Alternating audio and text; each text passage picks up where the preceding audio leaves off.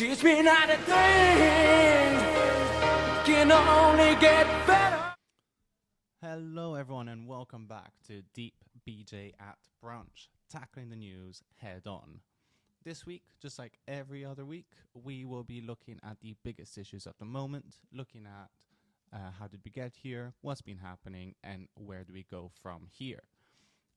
This week, as we are recording just under a week to the US presidential election, we will be looking at just that. And I know it's Blaze's favorite topic. Yeah, this is my favorite topic, and yeah, I gotta say I'm just bored of this election because it's like a supermarket, and it's like who gonna beat the price of the competition? You know, Aldi versus Lidl, and I'm like, I choose Mark and Spencer. I'm joking, I love Lidl, but it's what I was going to say is just like these are the cold facts. You know, these are the we finally can say, okay, we have a less than a week. We can start predicting how it's going to be because most of the states are really just leaning one way, and there are some of the swing states, or they call it, and that's what we're going to be focusing on today as well. Yeah, and I've got bad news for you, Blaze, because even though we're 1 week to the 2024 election, next week, the 2028 election will start. Yeah, because it's like if you guys thinking that politics are dominating UK news, as you clearly have to switch to the American television when this is an Olympic sport, this is a national sport. Everyone is playing the game. It is. But this week we will be looking at who the two candidates are. We're going to be looking at the key moments of the election campaign up to now. We'll be looking at the battleground states, so the states where also known as swing states, so where the votes probably matter the most. And then we'll be looking at the future, so looking at what will happen if either candidates win, whether it's internally or in foreign policy. But let's start from the beginning. Who are these two candidates? Okay, so the one thing which is kind of common feature of them is that they are very different from their opponent, and this is the only thing pretty much. They are definition of how different candidates can be, but I would say it's also mostly because how controversial Trump is, and I think I'm going to start this analysis from him because of that, and it's also because he's in politics and in general in TV since the beginning. The reason why I'm saying in TV is because being a TV personality, an actor, a performer, is with the campaign running whole year round is crucial. I remember I was reading a book once which is called Amusing Ourselves to Death, and it's starting with the interview with President Nixon, and they're asking him what is the recipe to become a president of the United States, and he's saying the first thing you need to lose 20 pounds and know how to act in front of the camera. You know, and I think the fact that Trump is so long in TV is not many people are thinking about it that way, but I think this is one of the biggest aspects why he is why he's where he is right now, because no one thought in 2020 that he ever going to be back in the game, and especially that close to win again. So okay, without further ado, Trump he started his campaign for the first time in 2000 from the Reform Party. You know Reform Party, James? I'm assuming it's the different one from the UK one, which is currently led by Nigel Farage. But I believe it was, just an independent party, similar to how Kennedy was in 2024, the candidate who famously ran over a bear, then left it in Central Park. He's a weird guy. He had a worm in his head. But yeah, we can say similar. Independents are usually weird. Was Trump weird in 2020, in 2000? Well, I just think, I was thinking about it the other day. Was he ever normal within the standards, and just standard change, but he didn't because he's old. But no, I think he was always a scandalist. We're gonna talk about it a little bit later. Then he tried to then he tried to do it again in 2012. But it was a complete failure. And then 2016, famous, with Hillary Clinton, against Hillary Clinton. No one thought he gonna win, and he won. He won the electoral vote, but he lost popular vote, which is quite. Do you know what a popular vote is? Do you want to explain it quickly? So this is how the U.S. system works. So to be elected, each state elects a governor, the Electoral College, which has a certain amount of votes or power, you can say, which is usually proportional to the population. So, for example, a state like Vermont will not have that many, but, for example, Texas or California, which are highly populated, densely places, have got many more. So I believe, for example, Texas only has 40, Vermont has something like 5. Right. So he lost the popular vote, but he won the election. He's been a president for 4 years. 2020, he lost to Biden, even though he won groundbreaking 74 million votes. And then the rest is a history. 6 January and everything else. A lot of court cases. We're going to talk about it right now. And what do you have to know about him? Businessman. Successful or not, I'm gonna leave you that to judge. He's definitely a heir to the fortune. He is not the only child in the family, but very quickly after he has been after he left the uni, he has been picked for the possible successor after his dad, who drank himself to death at the age of 48. But then he claimed a fortune, and he said that he started his business with humble $1 million loan from his dad. Yeah, just a little pennies, Yeah. a few nickels. And as I said, and the TV personality, he's the only guy who was famous for firing people on TV and then become a president. I'm just thinking the only thing which he didn't do, the only ridiculous thing which he didn't do is he's not a porn star, which I hope someone gonna prove me wrong. Well, I don't know. He shagged a porn star. Like, we will talk about it later, but porn stars are involved.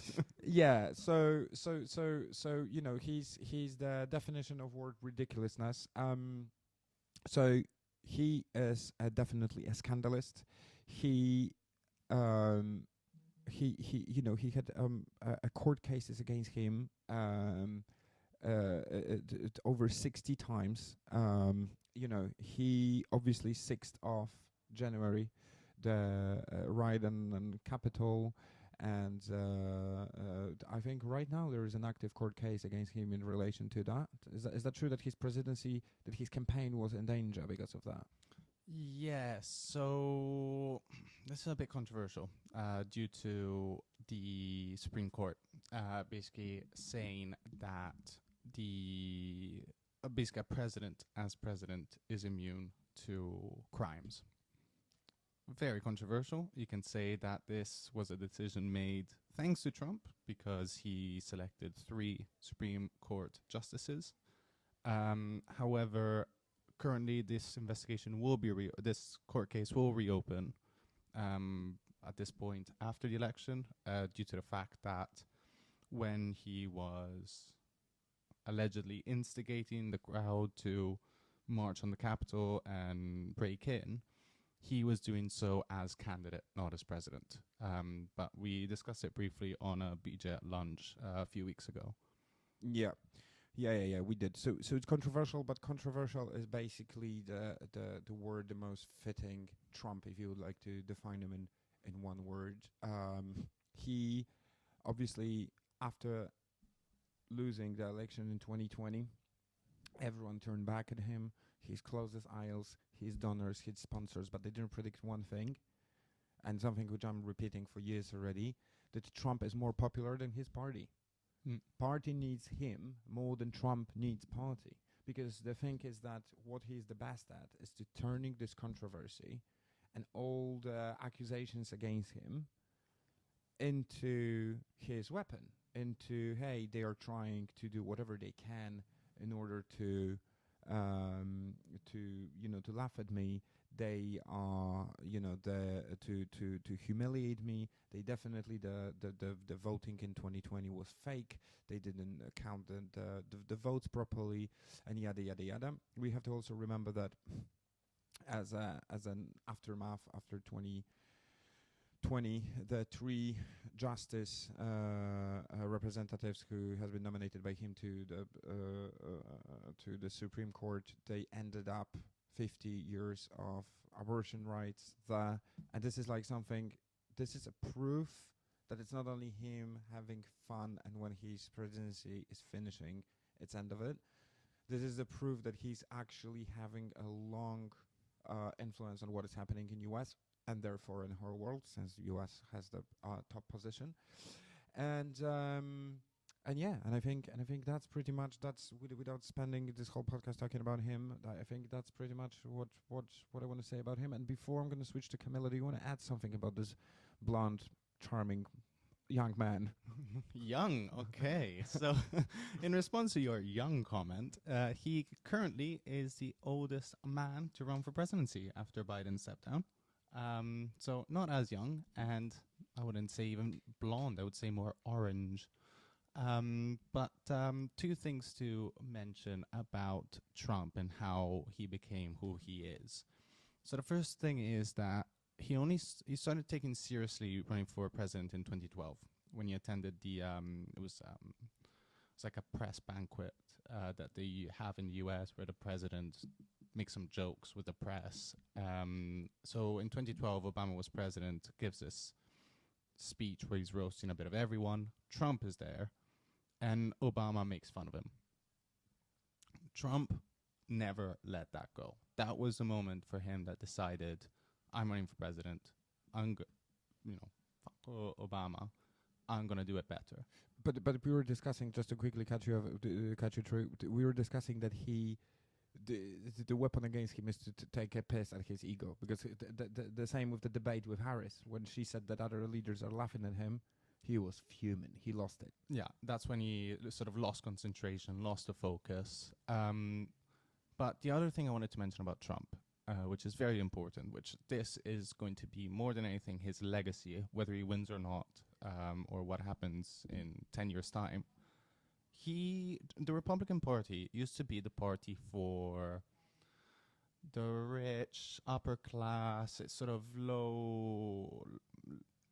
low state intervention, and which obviously benefits the people who have lots of money because it means less taxes for them under republicanism. However, Trump changed that. As a populist, which he is, he managed to transform the Republican Party into a more lower working class, the old rednecks, the farmers, all that people that they didn't even vote usually. Because they said, it's all for politics is for people upstairs, not for me. I'm just doing my own thing. But Trump changed that and animated that base that never really existed. It wasn't a voting base. But he animated those, even managed to change people, like even the union people who are usually associated with the Democrats. They are now part of the Trump space. So what he's done really is sort of flip script on how elections are run. The Democrats are now sort of the office working management level middle class, how they call it there in the US, and Trump is more for the lower working class, which is very interesting, and that's how he's changed the Republican Party, especially in 2016. That's how he won, by appealing to those voters that don't vote. Well, he did. It's definitely, no matter if you like him or not, he definitely changed how the politics is done, and he proved that some things are possible, even though other people were thinking that they are not. So this is a fact. But jumping to Camilla. Kamala is a completely different. Okay, so she's coming from middle class family. She's even mentioning in her during her debate that her mom bought the house. They were renting the house till she was like 16 or 18 or something like that. So she's definitely not coming from the same background as Trump. She's always, since the uni times, she is together with Gopalain. She's like in a group at uni for the black students and minority students. She's fighting for civil rights and she's leading on it. So she definitely has those assets which the leader potentially has. Then 2012. On the Democratic National Convention, she gives a great speech which makes her a Democratic rising star. Then what we have, 2016, she get to the Senate. Mm-hmm. And 2019, so quite quickly, she's already saying she's going to be campaigning for the president in 2020.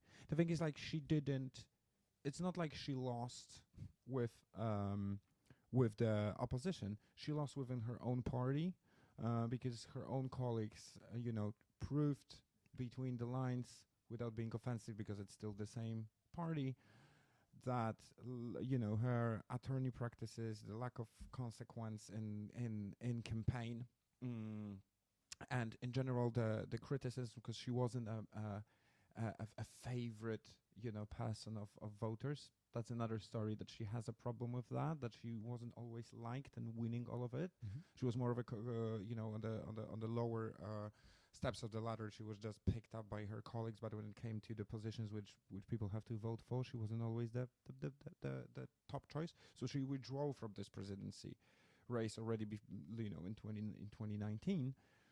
But then obviously in 2020 she is becoming vice president, and 6th August 2024 she's becoming a candidate for president.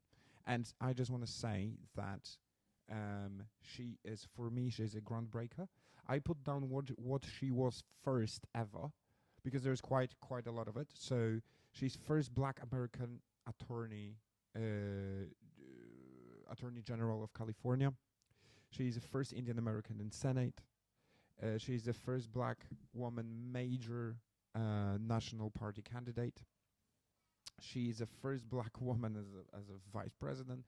She's first woman vice president, which is, just in general, that is groundbreaking. Hillary couldn't do it, but Kamala did. Yeah. That's fair enough. She's the first Black woman and Asian American to win the presidential nomination. She's just like breaking it. And she's known for being there for people. I think she is perfectly fitting into a current times and what Democrat needs. Another story is if her personality is there for it. But on the paper, I cannot think about a better candidate for what they are going for. She was the leading advocate for social justice in George Floyd case. That brought her a lot of fame, but also quite few people were saying that she's just claiming that she's doing everything she can, but she actually didn't. She was inspired by Shirley Chisholm, who in 1972 also was nominated for a president. And that's a revelation. When I read it, I was like, oh, that's interesting, little quirky fact, They don't know that. And then, just to sum it up, just to finish it, she said once that her name is pronounced Kamala, like a punctuation mark. So you can feel her character. She likes to be strong, independent, and take the initiative. What do you think, James? Yeah, so it's actually very cute when you mentioned how the whole thing of her explaining how to pronounce her name. It wasn't actually her; it was her kids. During the I think it was the Democrat convention, where her kids, because she's the stepmother of 3 children, and they call her Mamala. That's how they call her. So it's so cute. Aww. But just a couple of things of what you've just mentioned, just to add on to Kamala Harris's profile. So first of all, when she was Attorney General of California, she was quite controversial at the time because she was giving fairly harsh sentencing to for marijuana use and sell. Yeah, and I think she was also playing a part with actually talking directly to the witnesses. She was giving everyone a bit of tutoring there on a court hall. Yeah, which at first, when she was the vice president pick, it was, sort of mentioned that the fact that she was given such hard sentencing as attorney general for these crimes, it affected mostly African Americans. So people saw a bit of irony of her being this sort of big groundbreaking person, however, wasn't standing up for her people. That was the view. I think we've sort of gone beyond that because we've learned so much more about Kamala Harris by now. But that was something to be mentioned. And secondly, you mentioned the 2019 her presidential campaign, which was very interesting. So she was during the primaries, it was 6 candidates in total, which included Biden, of course. She was the one who came last. I think she only got 6% of the vote. And the reason for that is because, well, everyone kind of knew Biden was going to win. It was more of a coronation than an election. But she was the one who went against Biden the hardest. So she was attacking how Obamacare, for example, turned out, Biden's foreign policies, and it was very interesting for Biden to pick her as vice president. I kind of saw it as Biden picking her, I saw it mostly as him saying, I want someone to challenge me in the same way that maybe I challenged Obama when I was vice president, but to come to a more sensible solution that encompasses all views on this. Okay, but wait, you don't think that he picked her because it's perfect to catch another bunch of voters who wouldn't vote for him because she's a reformator, black Asian woman who definitely gonna get votes which he wouldn't get. Do you think that it was actually for passion of politics? It wasn't just a cold move to get more votes? So they always say there's 2 types of vice presidents. There's the couch vice president, whose only job is to be a yes person and sit in the house and just enact what the president does. And then you've got the active vice president. For the first man who comes to mind in that category would be someone like Dick Cheney, which was George W. Bush's vice president, who had a more active role. Always was. Sometimes he was even briefed before the president.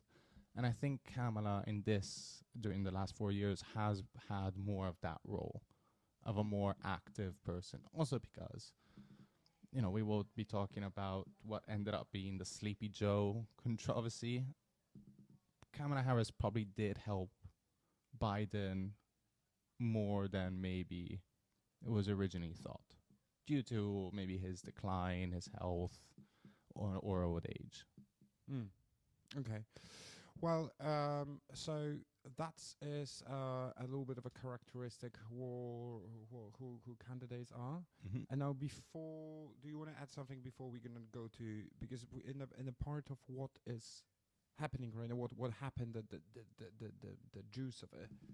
We're gonna go through the states, and we're gonna go through how we are thinking it's gonna pan out. Do you want to say something before we're gonna go there? Yes, I'd like to just what's been happening and how did we get here. I just wanted to look at a bit what the key moments of this election campaign. I was joking earlier that next week we will have the 2028 election campaign starting. So really, it all started 4 years ago, this election campaign. Obviously, we've mentioned January 6th, which already sort of set up our perception of what Donald Trump presidency is. But I'm going to go a little bit further in time, which is Trump being convicted on 34 counts for a hush money case. Again, for what happened is that Trump, he keeps denying it, but on multiple cases in court, under oath, it's been established that this actually happened, including this conviction of 34, where basically Trump had sex with a porn star called Stormy Daniels. it was famous. Also, it was famous because it just so many funny details came out, such as Stormy Daniels saying that Trump's penis looks like Toad from Super Mario. Short, big head. But just to clarify. But this case was very important because, first of all, it was one of multiple cases he's got, whether it is for hush money, whether it is for election interference, whether it's for insurrection. But this is somehow the one that was probably the loosest case, but it's the one that actually stuck and got him charged. Famously, he had that picture, his mug photo was taken together with his co-conspirators, let's call them, which included Sidney Powell, his lawyer, Rudy Giuliani, former mayor of New York and lawyer. But this particular one about hush money, he was convicted. He did do it. It's been acknowledged. So this makes him the first president to have a criminal record. First candidate. Well, it didn't stop him, isn't it? This is what I'm saying. This is crazy that this guy was close to end up in jail. Maybe would end up in jail if not his position and contacts. And it's there are real chances that he's going to be a president of the most powerful country again. No, I mean absolutely. And also one thing to notice is like whether we like it or not, whether he wins or not, this is probably the biggest political comeback anyone has ever had. From convicted to so many inquiries to losing the popular vote so many times to being currently neck and neck with the Democratic Party, it's very impressive. It's very impressive. I mean, like I think he's the biggest influencer in the world. He's a personality which is followed by people, and it's more important that the organization he works for. So another key moment for me was probably the debates. So the first 2024 presidential debate was Trump v. Biden, which happened in June. This was a big moment because, I mean, like, come on, it caused one of the candidates to step away. Crazy. it went that badly. Like, and I remember I was, because, I do a political podcast, so I'm politics geek, so I'm that guy that when these events are happening, even if I'm at a house party, which I was, I'm at the corner, looking at my phone, reading the live comments with the video muted, but still watching the thing. Mate, hold on a second. You're sitting at my house party and watching. That's something to worry about. I'm the cool guy at parties. But I remember when I was watching it, and as I said, I wasn't even listening to what they were saying. I just had the visuals. And I looked, and I saw it, and I said, okay, Trump's won the election already. Because we had Biden, who was like, when he wasn't talking, he had like mouth open, like really confused. He kept losing his train of thought. I remember there was one of the great comebacks that Trump said is like, I would respond to him, but I don't even know I don't think he even knows what he just said. This took about a week after this debate. It was a joint effort of, and I know she keeps denying it, but it was Nancy Pelosi who basically convinced Biden to step down and then therefore pick Kamala Harris as the pick. And let's put it straight right now that after it has been announced that Biden is stepping down, and after debate in general, everyone is saying, okay, Trump will be president again. It was like no matter who's going to jump in, it's going to be impossible because what a humiliation of the party mismanagement and kind of, and look at this now. It's not sure at all. No, it's not. And it was very controversial that Kamala Harris was picked. So number one, the reason why she was picked is due to financial reasons, because obviously up till then, Trump, in the US it works that politicians ask for money. Sorry, can I just say, is it because the unequal pay between men and women? I hope she's gonna change it then. Yeah, it was 80% cheaper to have Kamala Harris as president. Fair enough. Good saving. But yeah, so one of the big reasons was that, Biden was asking for donations from people, whether it's from the the £5 donations, $5 donations you can do from normal people to the billions you can get from multimillionaires. But he was asking for donations for the Biden-Harris ticket, which is non-transferable. So if someone, for example, Josh Shapiro, would have been the presidential candidate, those donations, because they were to individuals and not party, wouldn't have gone to him automatically. But with Kamala Harris, it would have. So that was one point to make. And also because, as I said, she was quite strong in the background as vice president. So that's why she was picked. But of course, as we said, everyone thought, okay, well, that we kind of lost. The Democrats already lost because don't have enough time, and we don't really know who Kamala Harris is. Of course we know who Trump is. It's been going on for 30 years. Kamala Harris, we're not sure. But what happened was actually a big upheaval. The youth population was crazy about Kamala Harris. Lots of TikToks. Her laugh was so contagious. There was that famous speech, which I loved. It was one of our first episodes of BJ at Lunch about the, do you think you just fell out of the coconut tree? You exist in the context of of where you are and where you came from. Yeah. So Kamala Harris had a big, that debate was really bad for the Democrats, but great for Kamala Harris. Okay, and what is the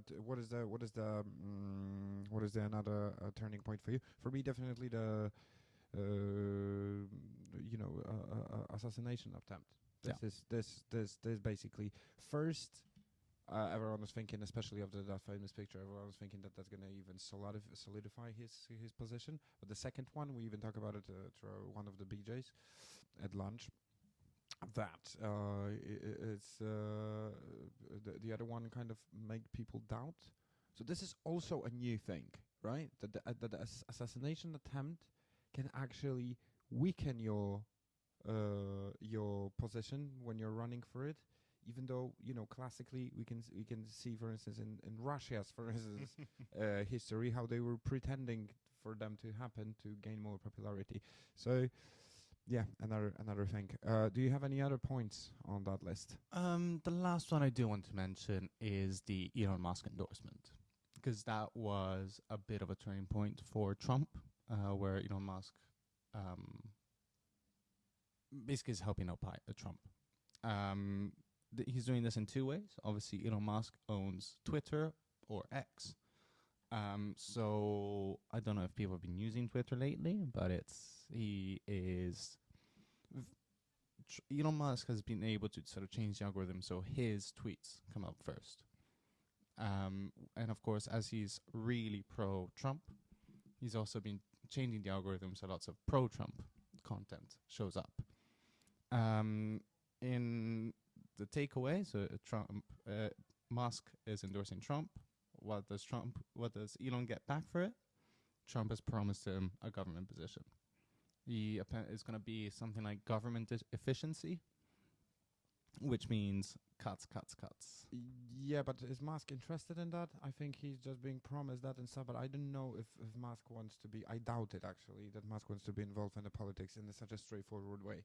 I think him influencing the politicians from the backseat is actually more his style. Because at the end of the day, he's not like Trump businessman. He's businessman focusing on that, not being, also in trouble in case he wouldn't go together with the politician who is supporting him. What do you think? Do you think he will go for it? He will take the chair? I don't know. God knows what Elon Musk thinks. I think he's just happy to have a friend at this point. Yeah, and I also want to say on that point that knowing Elon Musk and what he's capable of saying through his X platform, I don't think even God knows what he has in his mind. No, I mean, I think, at this point, he really likes the attention. He likes being the superstar. And, obviously the endorsement, whether he accepts this government position or not, we don't know yet. But what he's really into is the SpaceX contracts. Because we've mentioned in previous podcasts that due to the cuts to NASA, rockets are now being privatized, like the creation of rockets, or sometimes, most of the time it's happened. And obviously SpaceX is a big space company, builds rockets, satellites, etc. So what Elon Musk really wants is those SpaceX contracts, and Trump is probably the best person to ask for those. Okay, fair enough. So let's move to what happened and what is looking like in terms of the states and how they're gonna be voting. We're gonna do a bit of a wishing contest here, and I'm gonna start with the states which we know that they are solid, and we don't have to talk about them because we have to understand one thing: the context. Out of all the states, only 7 states are swing states. All the other states are pretty much sorted already, and they've been sorted before even campaign started, because as we said before, the campaign never stops. Mhm. So I'm just going to say that on the rock solid states, on the Democratic side, it's California, New York, Washington, Oregon, Colorado, Illinois, New Jersey, Massachusetts, Maryland, New Mexico, New Hampshire, and Vermont and Virginia. They're the last 3. They're not like 100%, but they're like 98%. Okay. On the Republican side, you have all the, now I'm not going to be politically correct, flyover states. I think they call it the Midwest. yeah, exactly, the Midwest. But hey, no one can be angry at me, because even people who live there, they're calling their states that way. And bless them, they have a little bit of peace. But they definitely have Texas and Florida, which are massive. Florida, it's known for it. And I'm just gonna say that if Trump can grab Georgia and Arizona and win in Michigan, it's gonna give him 271 votes, and that's gonna make him a president. While Harris will win in Michigan, Wisconsin, and Pennsylvania. She has a new job. Now let's analyze the 7 states. Just before you move on, just wanted to make a little comment about Florida, because Florida was not always a swing state. Yeah, that's correct. Sorry, I just want to say that as well. It wasn't, but it is for some time already, isn't it? Yeah, so Florida became a big Republican base only since Trump. They may have had Republican governors, but when it comes to electoral college, it used to be a swing state. Famously, in 2000, there was the Bush v. Gore election, and for some reason, I weirdly remember it, and I was very little. But I remember my dad being up all night, being upset about it, because, controversially, something weird happened in Florida. There had to be a recount, because originally it was called for Gore, but then Bush said, ooh, let's look at it again, and then it turns out that Bush won instead, therefore winning his presidency. And that's the weird quirks of U.S. elections. It can be decided by one state and one state only. And in 2000, it was Florida. In the last few years, it's usually been Michigan and Ohio. Yeah. Okay. So, but we're gonna talk about it a little bit later. But it's basically a lot of states. The differences are very small. All the swing states, actually, the differences are always really small. And for instance, we have in Georgia, the Democrats, it was only 0.2%. So it's some people might have say, okay, count it again. But basically, we have the states, the swing states. They are dividing into 3 groups. You have Sunbelt states, and those are Arizona and Nevada. The thing is that Arizona is leaning towards Republicans, and Nevada is leaning towards Democrats. You have Rust Belt states, which are, a lot of people say they're the most crucial, and they are leaning a little bit towards Democrats. But the differences are so small that everything can change. And you have southern states, which are leaning towards Republicans a little bit, and it's Georgia and North Carolina. And I think we should start with Rust Belt states. So we have the Michigan, and then basically what is happening in Michigan is that because we have to also understand right now that even though Harris is a new candidate, she is because of a very specific circumstances she was picked to be a candidate. Trump wants to take under consideration that everything what Biden has done, it's on her account, because she's often considered as an extension of it. So, for instance, the fact that they stick to still funding the Israel, even though Trump would do the same, he's saying, you know what, like the current government, they stick to Israel. He's basically bringing down the support from Arab Americans, which are the big thing in around Detroit and in general around Michigan. So basically what happened is that Biden won there by 2.8 points, but it was Trump won it only by 0.2 in 2016. So this is very much, again, Trump was doing a little bit of a magic there. Then we have the Wisconsin. Just Do you want to? Yeah. Just a little comment on Michigan. Yeah. So Michigan is a very interesting state. They have several campaigners because Michigan used to be a bit of the powerhouse of the U.S. That's where General Motors were. That's where all the car industry and many industries were there. However, with time progressing, a bit of globalization, that's when things started to change. The industries moved to abroad or to other states, which left many cities being a bit of ghost towns. So, for example, Michael Moore is a big campaigner for Michigan, to make Michigan better. He is more Democrat leaning, but he often talks about Flint, Michigan. That's where General Motors were. And Flint, Michigan was basically one of those cities where it was built around the factory. So basically everyone who lived in Flint worked for General Motors. General Motors closed down. Flint is dead. There are no more jobs. What's going to happen now? But there's so many more issues such as like, for example, drinkable water from taps. For many years, it was a big issue of that. Drought, floodings. Michigan is an interesting country. So that's why in 2016, Trump won Michigan, even though by that little margin.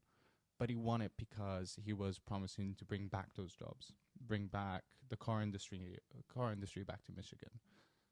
I don't know if he's done it, but that's up to the voters to decide. But that's why Michigan is quite important state.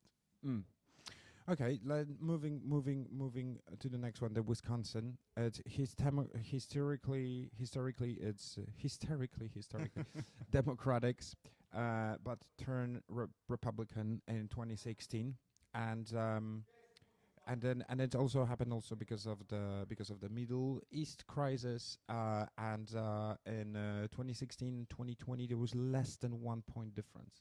Again, very, very unexpected. And for Trump to win that, he has to fight for educated voters in rural areas. And I just want to say, this is up to experts in analytics, but I just want to say that in general, most of the cases, most of the states is pretty much Trump needs to convince people from the countryside, and he needs to sort of just not fight for more votes from the cities. He needs to just fight to stop Democrats gaining them in the cities, but he needs to intensify on the countryside, and Harris opposite. But in the Wisconsin case, she needs to actually work on the suburbs and keep Green Bay area loyal to her. And that's how they potentially going to win. Do you want to say something about Wisconsin? Not much. Just that very similar to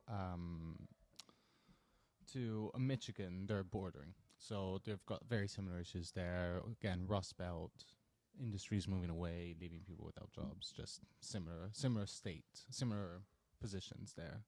Mm. Well, the last one from the Rust Belt is the Pennsylvania, and this is super important because Pennsylvania is the state which won elections for Biden in 2020. And we all know that this is the sort of, salt in Trump's eye. He wants to do things differently right now, although we discussed it the other day that he's sort of reading the same guides how to do the campaign over and over again. But basically, there is a big problem with heavy industries, as mine, coals, and steel industries, where people are losing jobs because it's not profitable and it's closing down. Similar to what is happening in Detroit, not such a big scale, but similar. And I just want to say that Trump was the first Republican who won this since 1988. Another state which rewrote the history of, regular fanatic, I would say, state turning into a swing state. It also shows how big magnetic personality he has, despite if you're a fan of him or not. What do you think about Pennsylvania? Pennsylvania is one of the big ones. Also, one thing to note is that Pennsylvania is where Trump got shot in the ear. And that's where he returned and got the return to Butler, Pennsylvania, a few months after he got shot with Elon Musk, and therefore really pushing that state. I mean, I think since Trump accepted the nomination from the Republicans, I think I saw somewhere that he's visited that state 50 times since. So Trump is really pushing for that state. Mm. Okay, then we have Sunbelt State, 2, Arizona and Nevada. What we were starting with? What do you think, Arizona or Nevada? Let's do Nevada.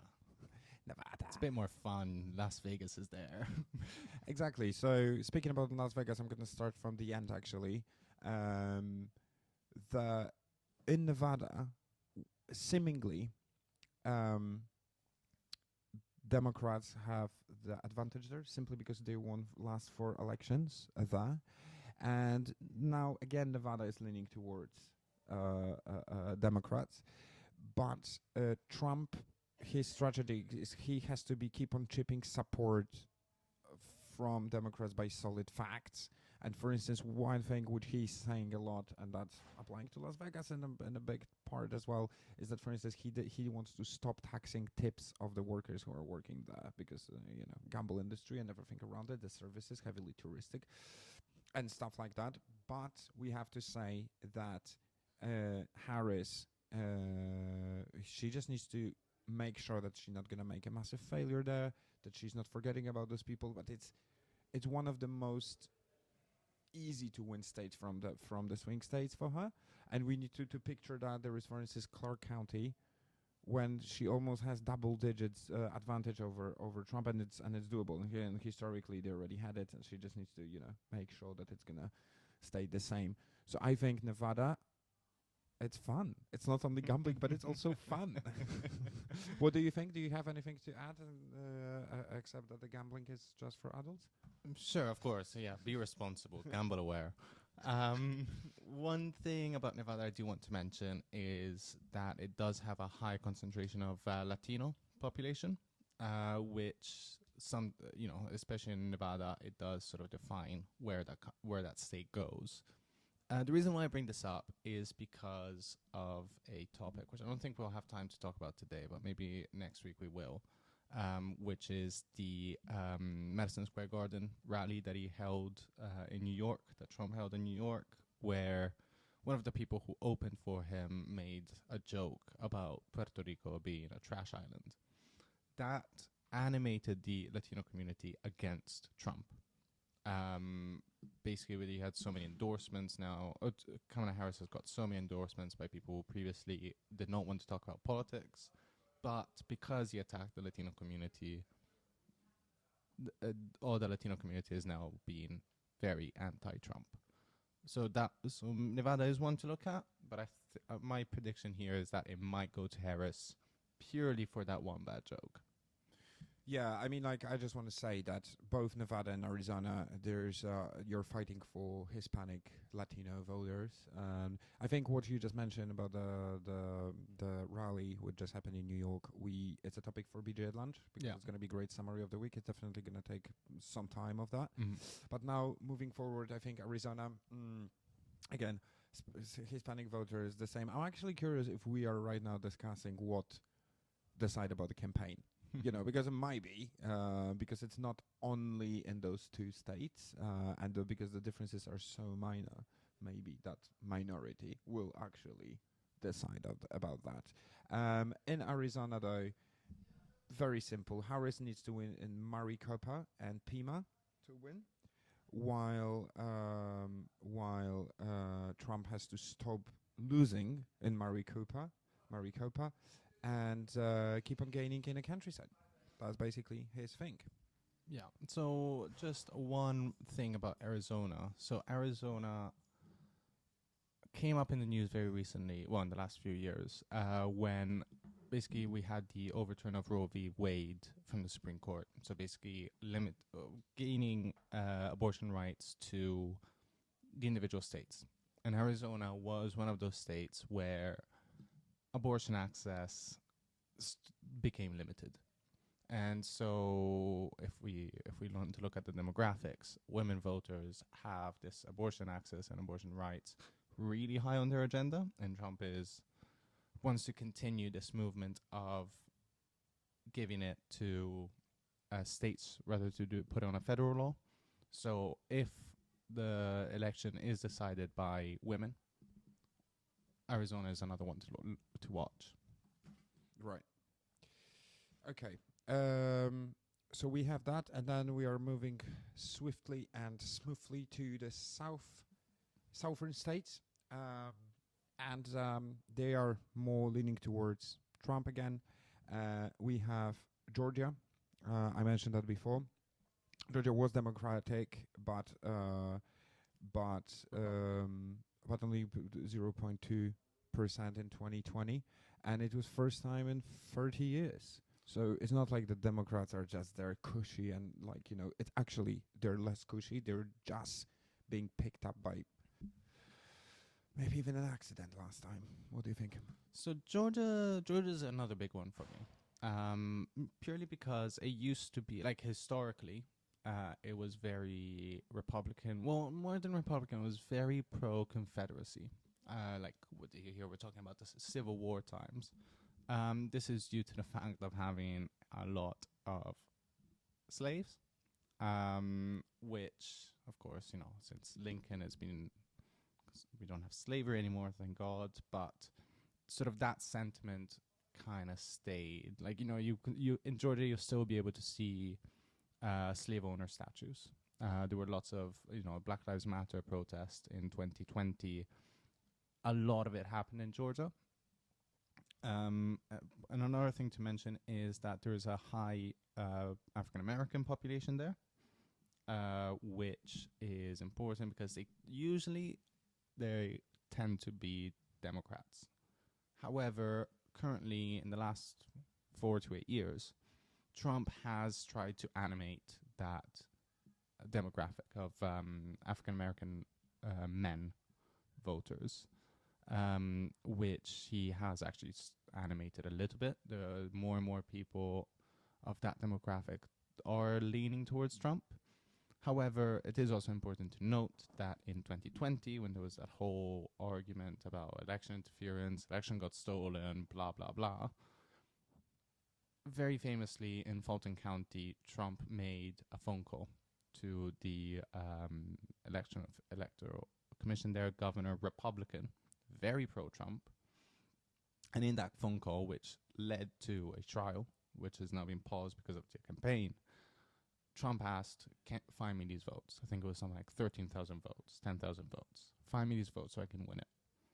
And this phone call got leaked. It got to the press, but Georgians haven't really forgot this. If you talk to the person on the street, they will bring up that phone call saying Trump tried to steal and basically corrupt the election there. Yeah, yeah. It's funny 'cause the same happened in Georgia country last. What is it about Georgia? Yeah, I mean, we have to just remember though, even though it's looking like the Democrats might be on a good wave there, we have to remember that during this campaign right now, Republicans won every statewide race except the one for Senate. So they are still kind of strong. They wouldn't underestimated that. I just want to say that because of super fast growing right now of Atlanta, this is the key. If you gonna convince Atlanta and everything what is surrounding by this, you have that state. I mean, like that's a bit generalization, but if that's going to be a major change, this is one of the fastest growing urban areas in US currently, and it becoming a mega city. So, yeah. Just checking. Is it Atlanta or Atlanta? Well, it depends. It depends, which kind of side of mouth you're having your chewing gum in. I think today is Atlanta. Today is Atlanta. Tomorrow can be Atlanta. And the last one, North Carolina. So North Carolina, pretty much this is homework for Harris. She's trying to approach black communities which have been ignored and neglected during the last elections. And this is not something not doable, but this is like, if you're not taking care about, everyone, then they might just swing to another side. No, I mean, like, obviously she is a favorite when it comes to certain minorities and stuff. But it's not Trump proved it many times, but it's not the closed case. And also I just want to say that this is one of the 7 swing states which were going for Trump during 2020 election, and the Democrats didn't win there since 2008. So it's a long history as well of Republicans having their strong position there, but again, stupid comedian in New York buried all of it. What do you think about North Carolina? Any comments? Just about North Carolina, that it is probably the state that swings the most both ways. You go to a house party organized by North Carolina, there's a bowl of car keys in there. Pretty much. But no, for Trump, even for Trump, this is a big one to win. They following his assassination attempt in Pennsylvania, obviously he took something like a week off to recover from his ear cut. But the first state he visited after was North Carolina, and that was probably the height of his popularity during this campaign. But yeah, North Carolina, another big one. Okay, fair enough. So once we went over that, shall we just quickly summarize it with what we think might happen, or not yet? No, let's move on. Let's look at the future, and let me ask a question. Oh wow! If Trump wins, if Trump loses, will he concede? I